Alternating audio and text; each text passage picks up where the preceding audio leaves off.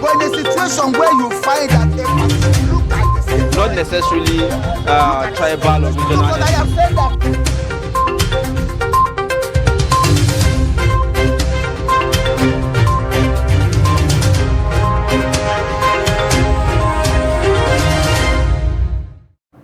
All right, welcome back and thanks for staying with us on Daybreak this morning. Now we'll take a look at the stories on the front pages of the dailies, and we'll begin with Daily Trust newspaper. The lead story here says 48 days after Buhari's committee fails to end petrol scarcity. We have writers that say subsidy gulped 2.4 trillion naira in 6 months. Motorists buy at 300 naira per litre in Kaduna. Others presidency mum riders, and we have a pictorial of fuel queues at filling stations in Abuja, Nasarawa, Lokoja, and details of the story will be found on page 4. PNID, Nigeria's $11 billion trial ends with alleged massive bribes and missing witnesses. You can find details of that story on page 35. At the top of the page there, governorship poll in Sokoto. Politicians scare residents with toxic campaigns. You also have the ACF to Buhari here says, Naira redesign policy can damage your credentials. Death toll in southern Kaduna attack rises to 17. And on the footnote there, we have 10.6 million Nigerians used cannabis last year, says NAFDAC. Lagos accounts for 2,000 stunted, 200,000 wasted children, says UNICEF. And finally, Cashew scientists, others develop mosquito repellent fabric. And these are some of the stories on Daily Trust newspaper. All right, the next paper we're looking at is the Guardian newspaper, and it carries this major story on the front page. Cash crunch. Economy sheds 20 trillion naira as policy weakens productivity, SMEs. And it comes with riders here that says, NECA says small businesses going into extinction. NLC, government undermining productivity. CPPE calls on Buhari to intervene. Food factories shut down, lose billions. And we use our wages to buy money for transport fare, says factory workers.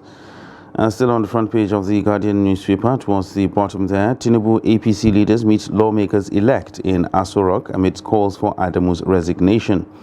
And African techies, diaspora community meet in Silicon Valley for Addis 23. Moving towards the top of the front page there, below the masthead, ACF warns Buhari, says, don't stoke nationwide unrest with Naira policy. And Atiku's aide knocks Wike for deceiving PDP governors. That story can be found on page 3. Talking about security now, terrorists kill police, 16 civilians in Zamguan Kataf. And switching back to politics, Rhodes Viva assures marginalized Lagos residents of better deal. That can be found on page 4. Now, these are the major stories on the front page of the Guardian newspaper.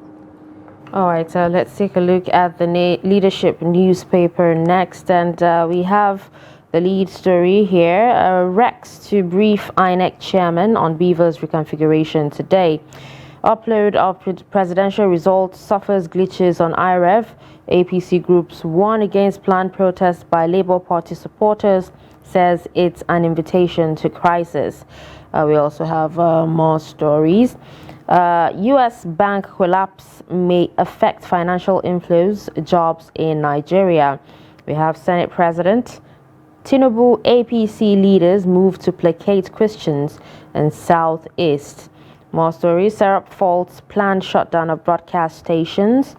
Repentant terrorists, 36 others arrested for drug trafficking. And first Nigerian female senator Franca Afegwa dies at 79. These are some of the stories on leadership. Next, we'll take a look at the Nigerian Tribune, and it carries this major story on the front page. Governorship poll. Lagos, Oyo, Rivers, Kaduna, Delta, 8 others are key battle states. And rider here that says photo finish races expected in Sokoto, Nasarawa, Akwa Ibom, Benue, Kano. Details of that can be found on page 22. Still on the front page of the Tribune, train bus accident. Lagos Hospital discharged 21 more patients, total now 53.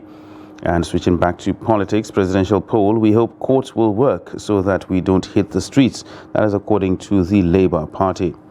South-South, Southeast, Northwest in race to succeed Lawan.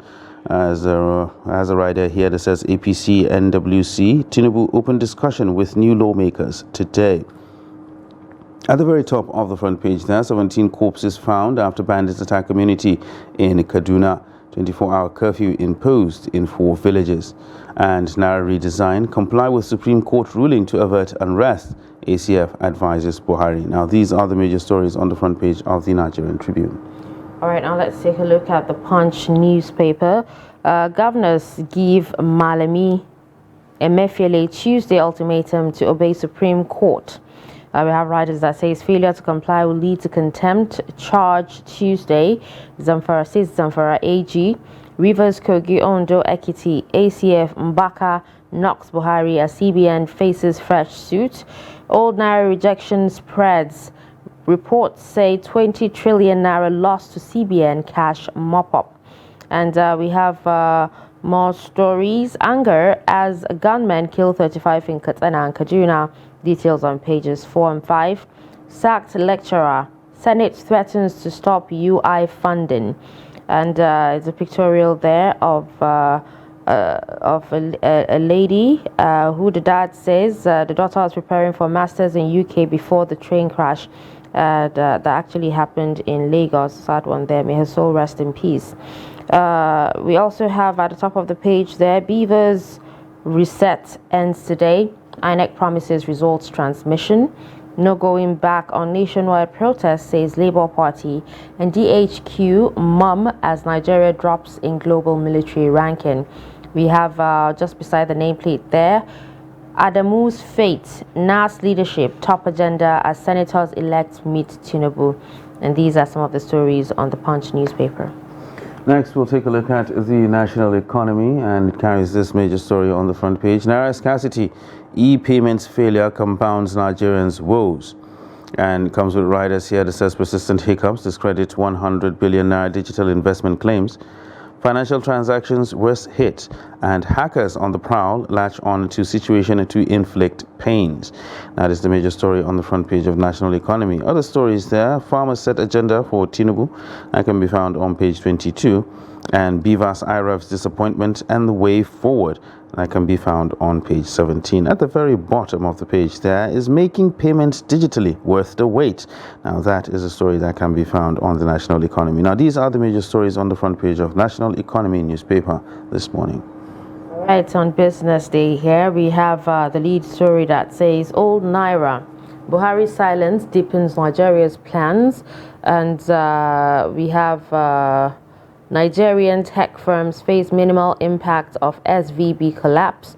And an explainer here saying or asking, should CBN determine bank directors' tenure? We also have the big story that talks about stocks defy election risks as local investors control deals. Market outlook hangs on Tinubu's reforms. PFAs curb equity exposure in search of low risks assets. Now, Nigeria lags 5 fastest growing African economies. Details on page 38. And these are some of the stories on Business Day newspaper. And then with that, we're done reading out some of the stories on the front page of the dailies today. But before anything else, let's actually talk about the lead story here on Daily Trust newspaper and the fact that it's been 48 days after, and Buhari's committee has failed to end petrol scarcity. Now, this petrol scarcity, especially in the FCT, keeps coming and going, appearing and disappearing. This time, nobody has said anything. You know, the presidency is mum, marketers are mum, everybody is mum. Nobody's saying anything as to why the fuel scarcity has resurfaced. And this is in addition to the cash crunch that everyone is actually going through right now. Well, basically, I think they've run out of things to say concerning the fuel scarcity. I mean, like, they've given every excuse that they think they might be able to give.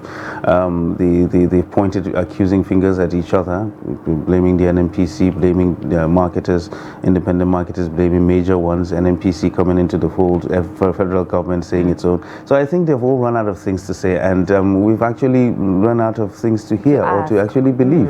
You understand? So I think a lot of Nigerians are just taking it as it comes.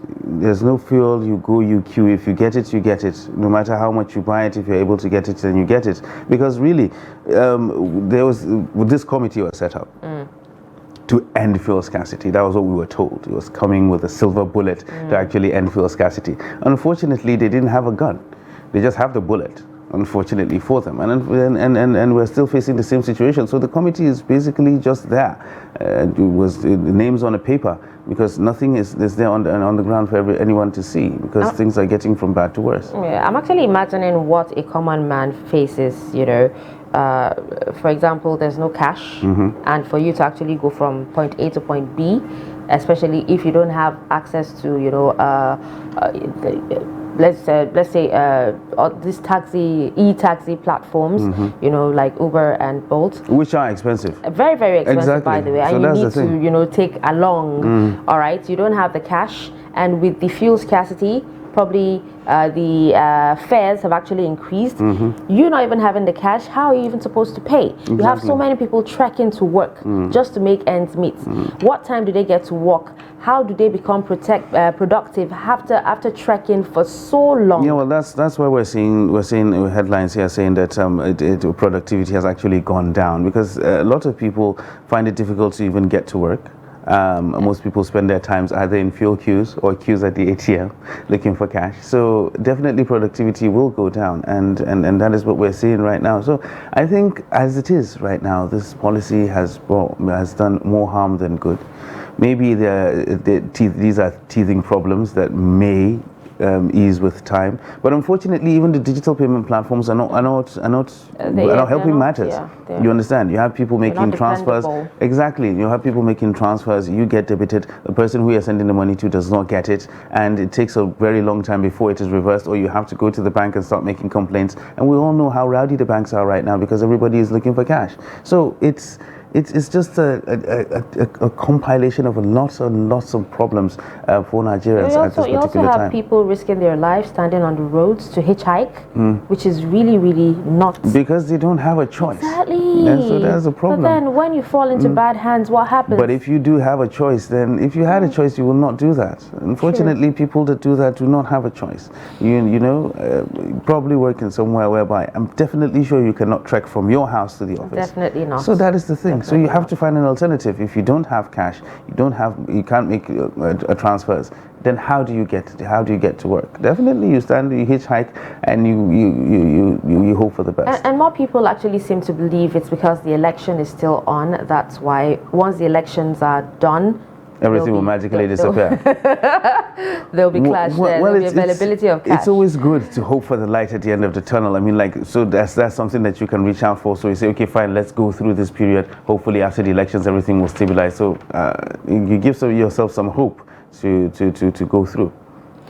Okay, all right. Now let's move on to more stories. We also have death toll in southern Kaduna and even Katsina. You know, there was a terrorist attack just not too long ago, and it's really, really sad, considering the fact that a lot of people thought that the security or the insecurity issue has actually died down. It has reduced drastically, but we're seeing more of these cases actually coming up, especially after the presidential election. You know, there was a reduction in the lead up to the election. There was a question, and, was it a... Yeah, okay. That's what I'm getting to, and that's where a lot of people actually thought that, okay, fine, a lot of attention has been diverted to the elections, and of course to politics, and these things are still happening, but they were underreported because all of the attention was focused on the presidential election. Well, that could be the case, and right now, since the presidential election has come and gone, and there's no more news, that's making the headlines as well. But I would like to believe that the incidents are on decline, but still a lot of people, a lot of lives were actually lost within these couple of days in Kaduna and Katsina, and it's really disheartening when you read stories like that. I mean, like we've talked about stories like that for a very long time, and it's still coming up, it's still happening.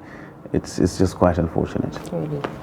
All right, let's take a look at City and Crime page, pages 20 and 21 of Daily Trust newspaper. And we have a story here. Families of slain police officers in Kogi get 15.9 million naira. We have another one that says FCT minister condoles Yaba chiefdom over chief's death. Immigration hands over 11 trafficking victims to NAPTIP. Center calls for establishment of community networks to bridge digital gap. We have 2 arrested over rape of deaf teen girl in Nasarawa.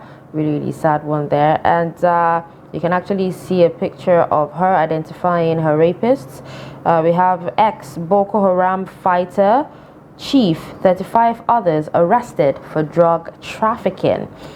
NSCDC parades 2 kidnappers in Ekiti. Police arrest 4 fraudsters over 3.5 million naira in Edo State. And on quick read, we have teenager arrested for killing man in Oyo. Guard nabbed over death of maid in Lagos. An estate agent charged with defrauding tenant 400,000 naira. And these are some of the stories on City and Crime this morning. All right, so let's take a look at more of this. There's this similar story on City and Crime that talks about the ex-Boko Haram fighter, chief, 35 others arrested for drug trafficking. But then, you know, before we do that, we'll take a quick breather and we'll be back in a bit. Stay with us. But in a situation where you find that a person look like the same, Not necessarily tribal or regional. because I have said that.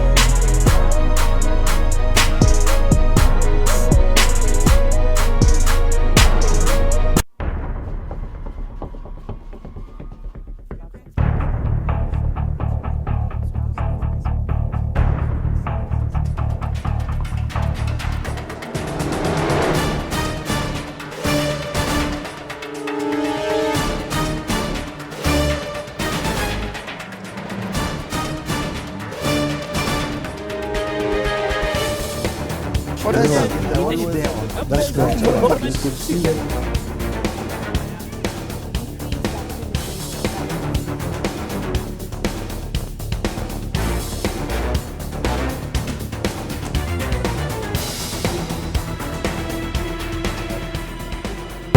But in a situation where you find that a person look like the same, Not necessarily tribal or because I regional. have said that.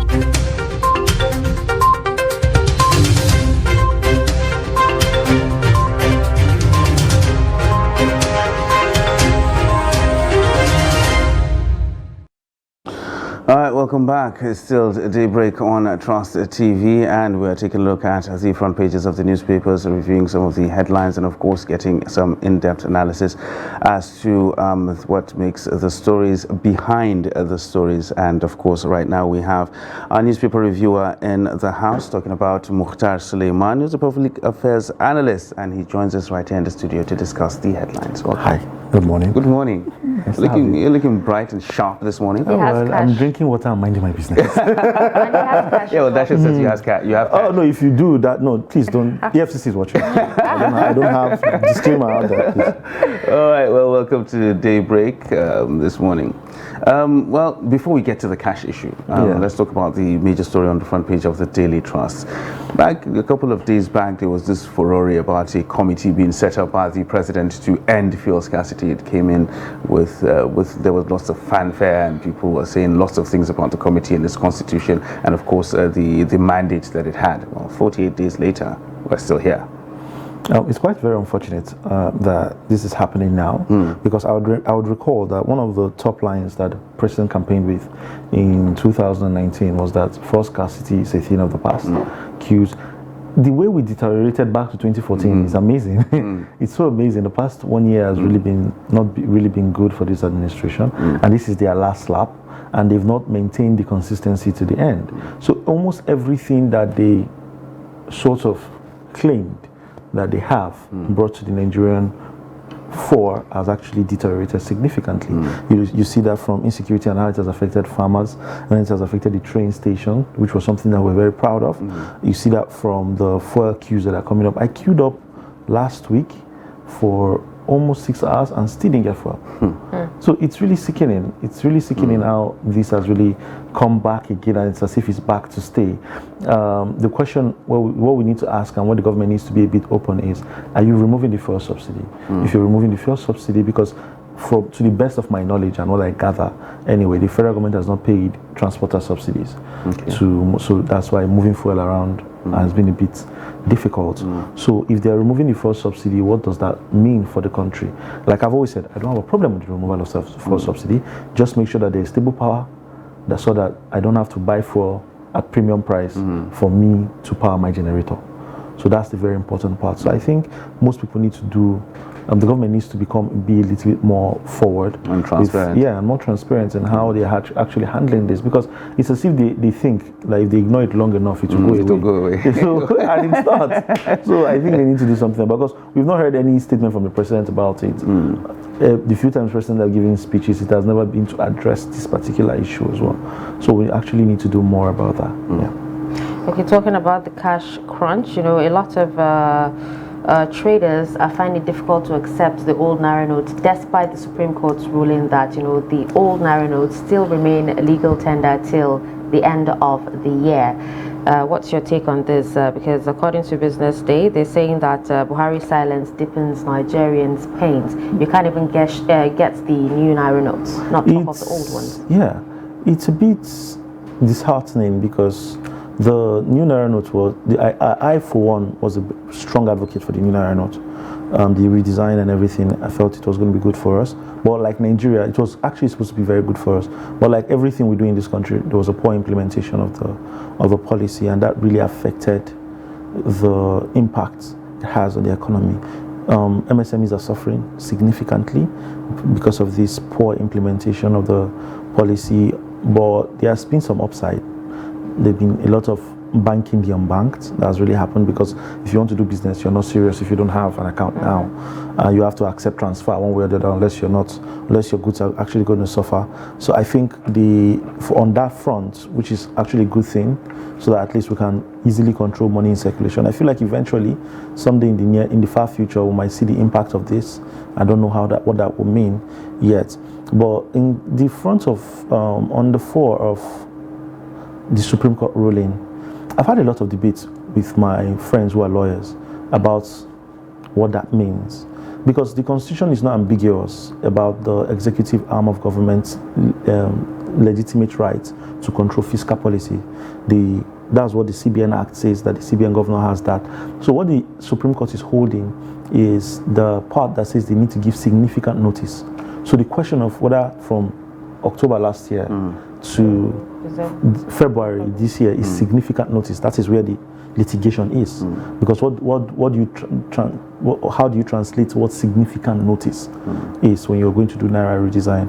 Why is it that it is now? Because before now, usually there's a lot of time. That's on one hand.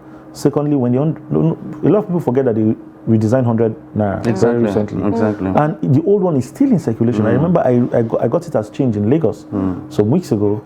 So it's still in circulation. So why?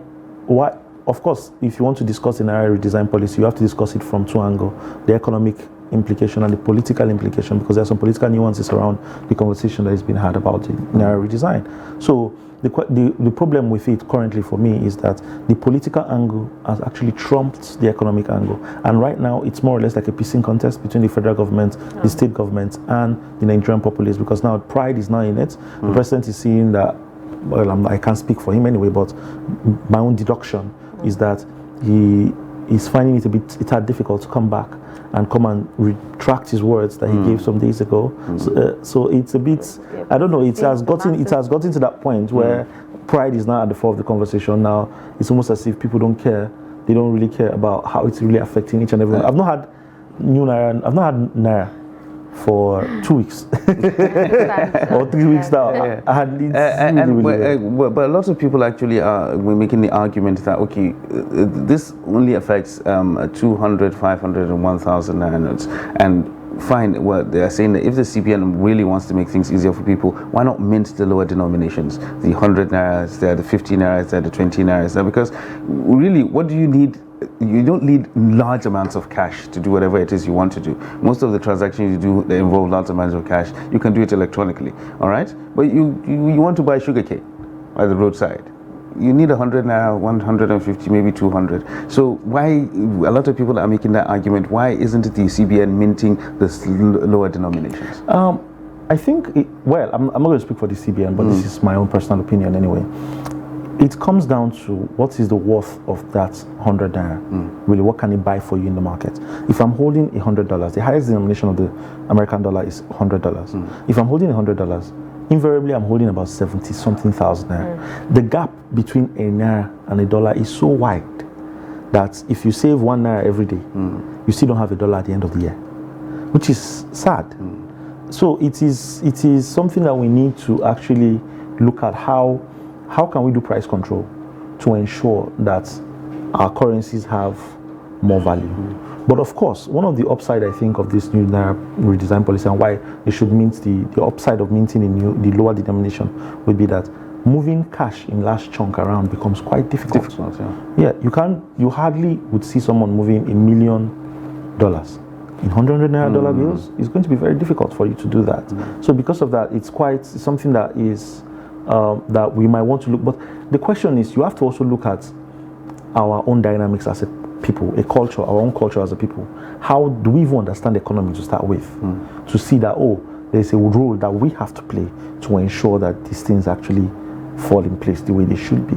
So I think these are so many things that I don't think there was a proper implementation plan by the CBN, because for every implementation plan, I have designed strategies for organizations. When you design a strategy for maybe my field is communications. When designing a strategy is a part where you do contingencies, where if this strategy does not work, tentatively, because you do an audience profile analysis, and I want to believe that the CBN has the capacity to do that, being the apex economic body of the country.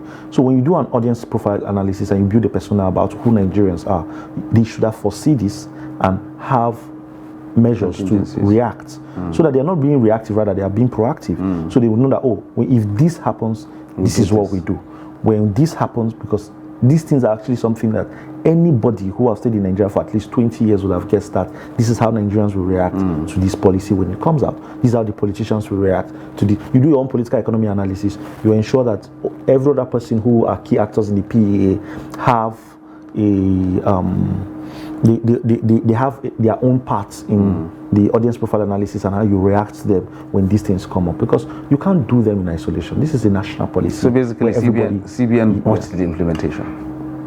Honestly, they really did.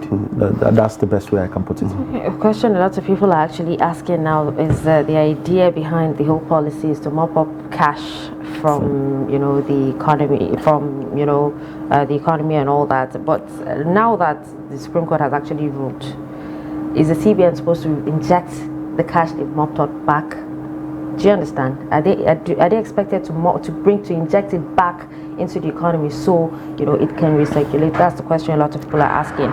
And then on the Nation newspaper, they're saying businesses are trying to stay afloat, so they're adopting new tactics to stay afloat in the midst of the cash crisis. And then this really interesting one that I really want to get your take on is the story of they say foreign portfolio investments post first gain in 5 years. First gain in 5 years. That's interesting. I've not read the entirety of that story, but is it as a result of the policy? I think that's another question. It's not. So I've not really read the whole entirety of the story, so it might be very difficult for me to have an opinion about that at this point, actually. Okay. Yeah. All right. So let's move on to more stories. Now we have. Let's go back to elections. The Oh yeah. elections. The election is actually not over. We still have, the state governorship and state assembly elections this weekend. Now, Beavers Reset ends today, and INEC has promised results transmission. I hope they live up to it, because we heard that promise 1,001 times. But the problem is, for me, I've always said that the INEC chairman and its team missed the opportunity to go down in history as the body and the committee that conducted one of the best elections in contemporary Nigeria. Not transmitting results was a very big flop on their side, because it was the revolutionized aspect of the general elections. Now, what does that mean for the governorship election? I don't know, but more interests were staked for the presidential elections. I've always said I can't wait for the litigations and when they start, and what that's going to mean for the Nigerian population, because it's going to be really, really interesting to actually see what the cases they're going to bring to the fore. It's for the first time they're going to air post-election, they're going to air election laundries outside, and then we're all going to watch it and see, because there's some kind of conversations that go on during elections that we don't know about. So I'm hoping that this litigation will bring them out, so that we can actually know what happens behind the closed doors when these things happen. I'm looking forward to it significantly. But hopefully that when the gubernatorial elections would be different. I want to speak to Nigerians out there. Subnational government is one of the most significant aspects of our democracy as a country, because if laws and litigations are made at federal level, if they're not domesticated at state level, then those people in those states will not enjoy the dividends of those policies. So you have to be very keen on who your governor is and who your members of your state houses are, because these guys are the lawmakers for your state at subnational level. And if they don't, even when they domesticate, how they domesticate, because we see the Child Rights Act, and it has been adulterated in so many ways in so different states. And because of that, some states, despite the fact that age for consent, for example, at national level would be 18, some states say it's 13, some states say it's 14. So, and we're still struggling with the VAP Act and all of that. So it is very important that people pay attention to subnational government. But unfortunately, that is not the case, because a lot of people seem to be placing more emphasis on the presidential and national assembly elections rather than the governorship. Well, let's just talking about that now. Let's not move away from INEC and, of course, the electronic transmission of results issue. A lot of people are of the opinion that what brought about all this rancor after the presidential election was INEC boxing themselves into a corner by making the electronic transmission results the centerpiece of their presentation when it came to the election. I mean, like, they were the ones who made all the hype concerning this. Are we seeing a repeat of it? Because right now they are saying that it will happen again. Are we seeing a repeat of it? And that's why, if you notice, when she read the news, I didn't feel confident about it. INEC set its own standard for itself and then botched it by themselves again all over. So I don't know how to comprehend that or wrap my head around it. Communication is a very important part of management. When they knew, and let's assume that it is not because of any form of sabotage, let's assume that what they said was that there's a technical issue. The INEC chairman or the technical team cannot tell me that they didn't know like 24 hours before, or at least when the process started, they were aware. As at 4-5 p.m. that day, people were not as agitated. People were still calm and waiting. So I think that was the best time for them to put out a statement. That's how you talk to people sometimes. For everybody I manage communications for, I tell them, that's how you talk to people sometimes, that actually you might not be able to talk to everybody, but at least a significant part will understand the logic. If the INEC chairman had come out and said, give a preliminary speech and go into, unfortunately, we know that this was the one thing we wanted to do, but it's sad that our technical team are telling us now that our servers are not capable enough to receive all the results as they come in at the same time. We know that this is a fault on our side and we're working to rectify it, but in order not to prolong the process, we want to go back to manual. This thing. We are sorry. We'll try as much as possible to see how we can come back, but as it stands right now, this would be a very difficult. Simple. Sometimes that might speak to people, and get these things, but they allowed people to fill in the loopholes themselves, and which gave room for a lot of fake news, misinformation, and disinformation, which is really, really bad. It speaks really poorly of the commission. Yeah, well, we do hope that INEC will get its ass together for the governorship election coming. Hopefully. All right. Well, Mukhtar Suleiman, thank you very much for coming on the show this morning, and of course your perspective on the headlines. Thank you so much. All right. And if you do have cash, please. All right. So on this note, we're going to wrap up the newspaper review on Daybreak this morning. Do stay with us. We'll be back at top of the hour to continue with the show. Do stay with us. But in a situation where you find that a person look like the same, Not necessarily tribal or regional. because I have said that